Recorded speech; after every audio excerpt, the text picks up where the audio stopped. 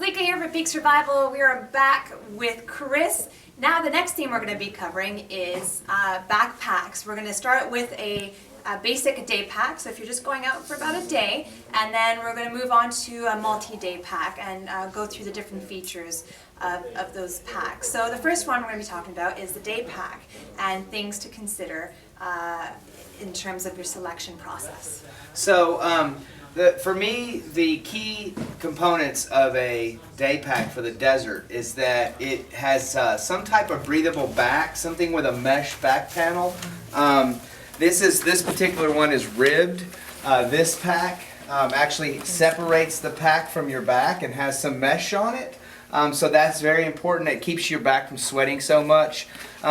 Another key factor that people don't really take into account coming from other areas is that you want to have a higher water capacity. Don't go with a 1.5 or 2 liter pack when you can have a 3 liter pack. If you plan on being out all day, then you'll want to even maybe bring a little backup supply, some little 1 liter bottle. But you always want to bring more water than you need because you never know how long you could actually end up being out there. And not only that, you always want to check the temperature before you go out, but it can change. It can get a lot hotter.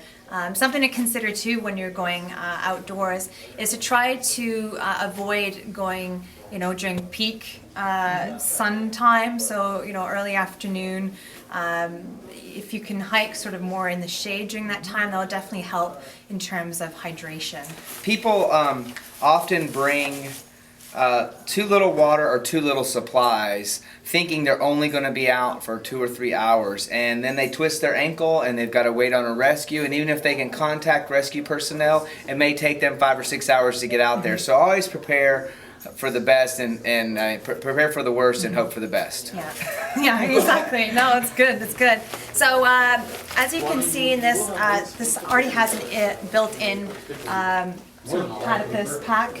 You have your tube, so it's quite easy because it's always there. It's hooked to you, and it's very easy to hydrate. I usually go more with something like this than just the Nalgene bottle, just because you clip it, unclip it, drink it. This is just, there's really no excuse to not be hydrated during your activities.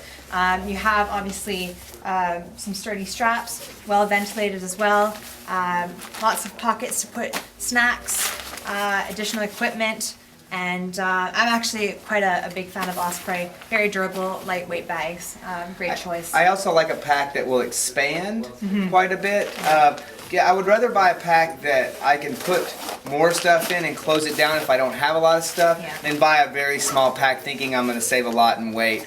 People tend to go out underprepared when they buy too small a pack. Yeah, good.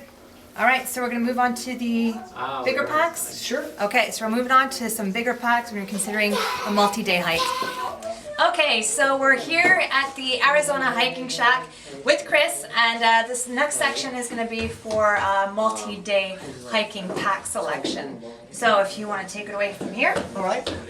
When it comes to backpacks for the desert, often people want to come with their ultralight mentality and they want to save as much weight as possible. That can be a dangerous thing in the desert because on even an overnight hike or 2-day hike where I'm not going to have a lot of water available on the trail, I'll often carry 3 gallons of water, and that's 24 pounds.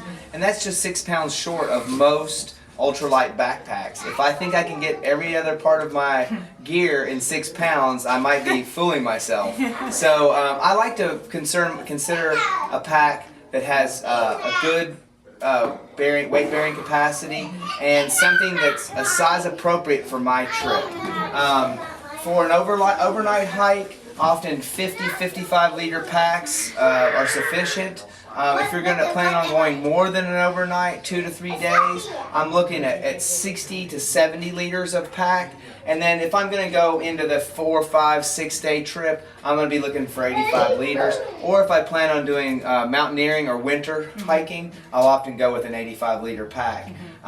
People often feel that if they get a bigger pack, that they're just going to fill it up, so they try to get into a smaller pack than they really need. It's a better approach to take a mid-size pack and put just enough in for your trip. Sure. But then you have a little bit more if you want to go on a little longer trip. If you have enough money to have multiple size packs, then I definitely encourage that. Yeah, but yeah. Don't try to get the smallest pack you can get. Try to get something in the middle. Sure. Fair enough. And durability, really for the desert. We're often crawling through cat's claw and around cactus and everything else. A pack that has a nice heavy denier nylon works very well out here. Some of the ultralight packs tend to be made with thinner materials and will tear quite easily when you rub them up against some of our pricklier plants. Yeah.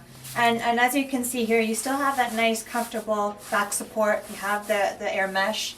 And obviously, because you're going to be carrying a lot more weight on your hips, on your shoulders, you definitely want to have a lot more padding in terms of comfort and support as well. Because of the weight that I expect this pack to carry, I want to make sure that the frame of it, that the stays are metal. That will give you much more weight bearing capacity, and it's going to hold up a lot better. For sure. Lighter packs will actually, if they're overfilled, will put more stress on your back, and you'll have a much more uncomfortable trip.